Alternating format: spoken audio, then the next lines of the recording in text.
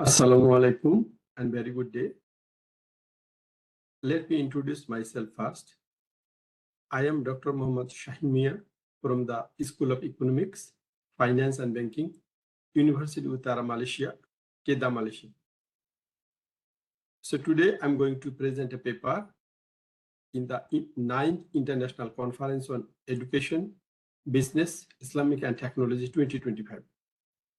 And the title of my presentation is the relationship between digitalization and savings mobilization of microfinance institutions and empirical study.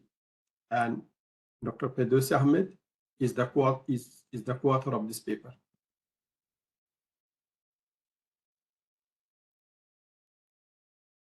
So first of all, I would like to talk about introduction of my presentation. You can see here, microfinance institutions operate under a dual bottom line approach. First one, balancing the financial sustainability, and the second one, social outreach. Microfinance institutions' performance strongly depends on access to low cost and stable capital flow. Savings mobilization through client deposits is a key internal source of capital that supports outreach and financial self-sufficiency of the organization. Increasing competition in the financial sector requires microfinance institutions to adopt sustainability-based business models. There are some other discussion for introduction part. The global financial services industry is experiencing a rapid digital transformation. Digitalization is increasingly influencing the microfinance sector, especially in the developing countries. Digital technologies help microfinance institutions reduce cost and expand outreach while improving financial inclusion. So, savings mobilization is considered the most stable and effective source of capital for microfinance institutions. However, limited global empirical evidence exists on how the digitalization affects savings mobilization in microfinance institutions. That means only a number of few studies focuses on the relationship between digitalization and the savings mobilization of the microfinance institutions around the world. Therefore, this study aims to examine the relationship between digitalization and savings mobilization of microfinance institutions in low income, lower middle income, and upper middle income countries. Particularly, the study focuses on the impact of digital technology adoption on savings mobilization of the microfinance institutions. This study considers internal factors, particularly the size of microfinance institutions. In addition, the study incorporates external factors, including macroeconomic and macro-institutional environments. And the study uses a global sample of microfinance institutions across income groups, particularly low income, lower income, and upper middle income countries. So now I would like to focus on the literature review for my study. This study is grounded in the institutionalist approach, which emphasizes the long-term financial sustainability of the microfinance institutions. Institutionalists argue that microfinance institutions must cover operational and funding costs to serve the poor sustainably. Like banks, microfinance institutions require a stable and continuous source of capital to expand outreach and ensure sustainability. However, limited capital availability and high transaction cost remain major challenges for the microfinance institutions around the world. In that circumstances, savings mobilization is considered an affordable, reliable, and comprehensive funding source for microfinance institutions. Some other studies reported that high operating costs weaken microfinance institutions' sustainability and limit service expansion to low-income clients. In that cases, digitalization helped microfinance institutions reduce cost, improve efficiency, and enhance financial outcomes. Some other studies reported that digital technologies are viewed as a key driver of savings mobilization and financial inclusion.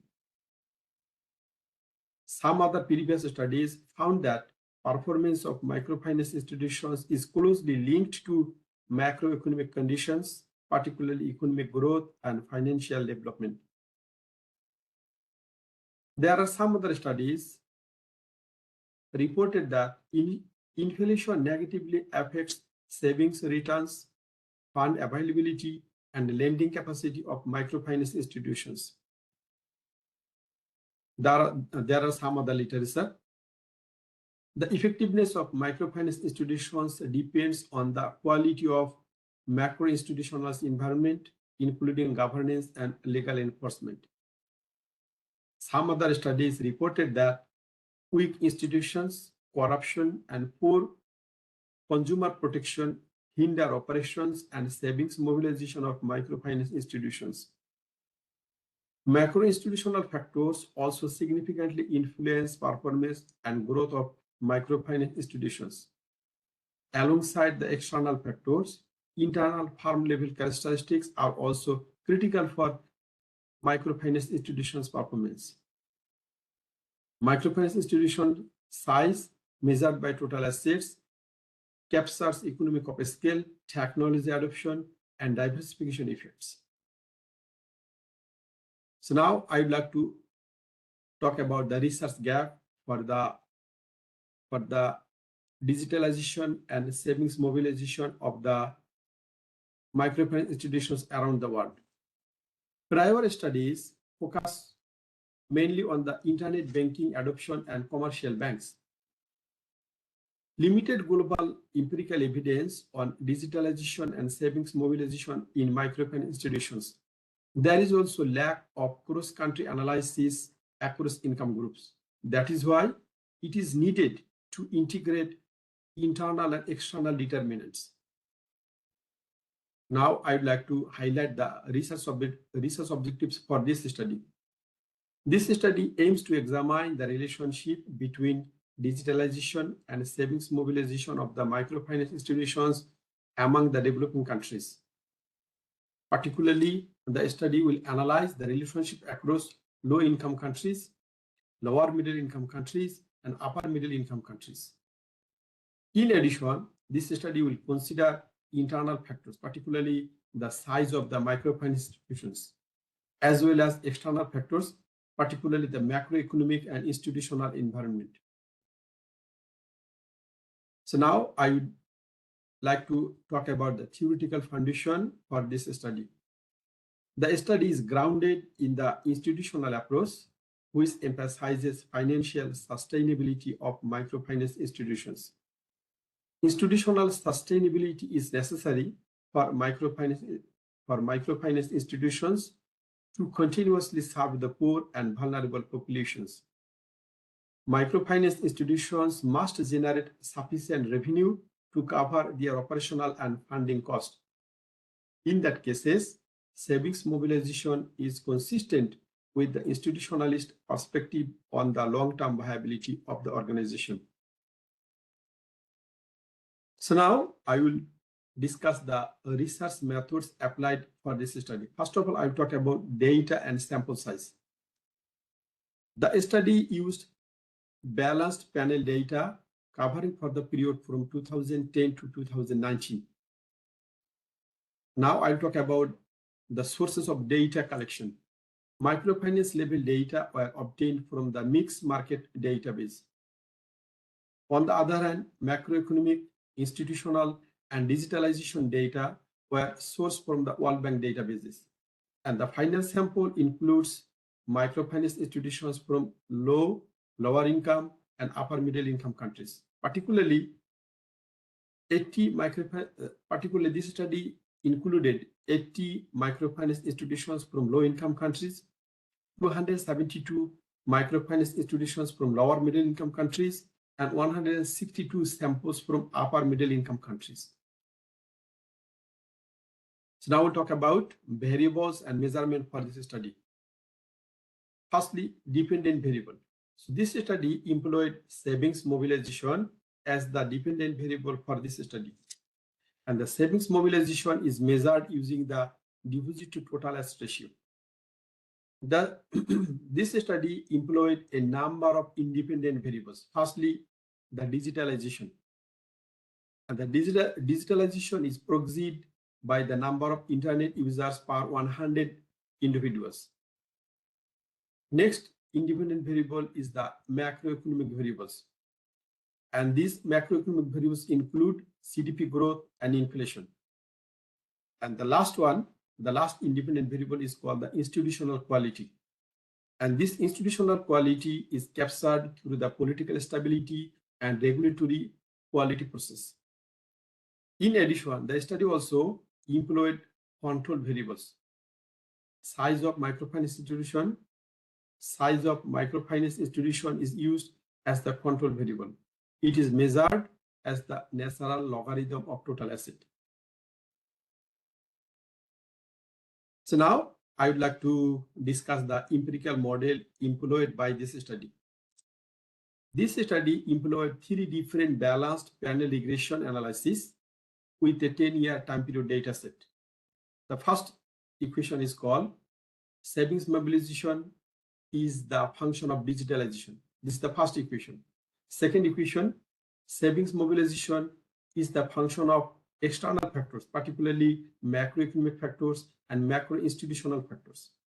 And the third equation is the savings mobilization is a function of internal factors, particularly the asset size, or we can call it the size of the firm. And if we combine these 3 equations, then we'll get the final equation. And this final equation has been used for the estimation of the results. Now I will discuss the last equation or the final equation. Savings mobilization is the function of digitalization, macroeconomic variables, macro institutional variables, and the internal factors. So now we will discuss the findings of the study. First of all, various types of tests, or we can call it the pre-estimation test. So this study employed a number of pre-estimation tests to assess the soundness of the study. First of all, company employed Bruce and Pagan test for random effects. This is the findings. Then this study employed Houseman specification test. This is the findings. After that, the study employed modified wall test for group-wise heteroscedasticity. This is the findings. And the last one, company employed pooled risk test for autocorrelation in panel data. This table shows the findings for correlation. Okay, this is the findings. And now we'll see the empirical results for our study. So first of all, we will see the descriptive statistics for our study. So this table shows the descriptive statistics for the low-income countries, lower-income countries, and the upper middle-income countries.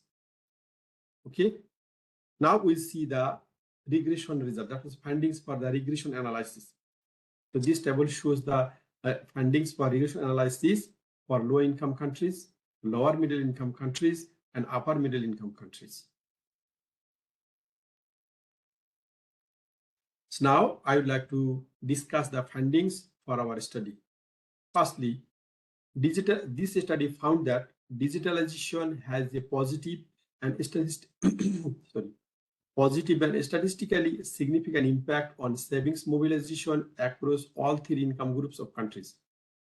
Particularly, the effect of digitalization is significant at the 5% level in low-income countries and the 1% level in lower and upper middle-income countries. These findings suggest that the magnitude of the effect of digitalization on savings mobilization is the strongest in low-income countries. And the findings of the study is supported by the findings of the GSMA Association. which identifies digitalization as a key driver of savings mobilization. Now, I'd like to discuss the findings related to the macroeconomic variables or macroeconomic factors. First of all, GDP growth shows a positive and statistically significant relationship with savings mobilization in low-income countries at the 1% level. The study also found that in the lower and upper middle-income countries, GDP growth remains positive but statistically insignificant. There are some other discussion. This study also found that inflation measured by CPI, Consumer Price Index, has a significantly negative effect on savings mobilization in lower middle income countries at the 1% level. The study also found that inflation is insignificant in explaining savings mobilization in low income and upper middle income countries. So the findings indicate that overall, the macroeconomic results are consistent with economic theory, where higher income increases savings while inflation discourages aggregate savings. So now we'll talk about the findings related to macro-institutional factors. First of all, the study found that political stability has a positive and statistically significant impact on savings mobilization in lower middle income countries at the 1% level. The study also found that political stability is positive and significant in upper middle income countries at the 10% level. Overall, the effect of political stability on savings mobilization is insignificant in low income countries. So now we'll talk about the findings related to macro-institutional factors. The study found that regulatory quality positively and significantly affects savings mobilization in upper middle income countries at the 1% level. Now, we will discuss the last issue, the findings related to the internal factors of the study. Here, the study found that the size of microfinance institutions measured by the logarithm of total assets positively and significantly influences savings mobilization in low and lower middle income countries, but this is insignificant in upper middle income countries. So now I would like to focus on the conclusion or last part of my presentation, the conclusion.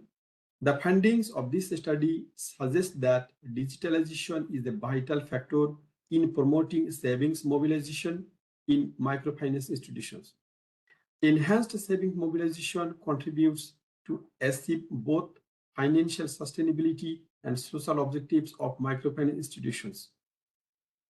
The study also found that in addition to digitalization, external factors such as macroeconomic and macro-institutional environments play an important role in influencing savings mobilization. And the last one, internal institutional characteristics, particularly the size of microfinance institutions, also significantly contribute to savings mobilization outcomes. And the last part of the conclusion is called the recommendation. So this study provides some recommendation. You see here, since the analysis is based on World Bank income classifications, future research is recommended to examine the digitalization and savings mobilization relationship at the country-specific level or regional levels. And that's all for my presentation. Thank you so much for your attention. Now I'd like to stop sharing my PowerPoints. If you have any question or any query, now you can ask me. The floor is open for you. Thank you so much.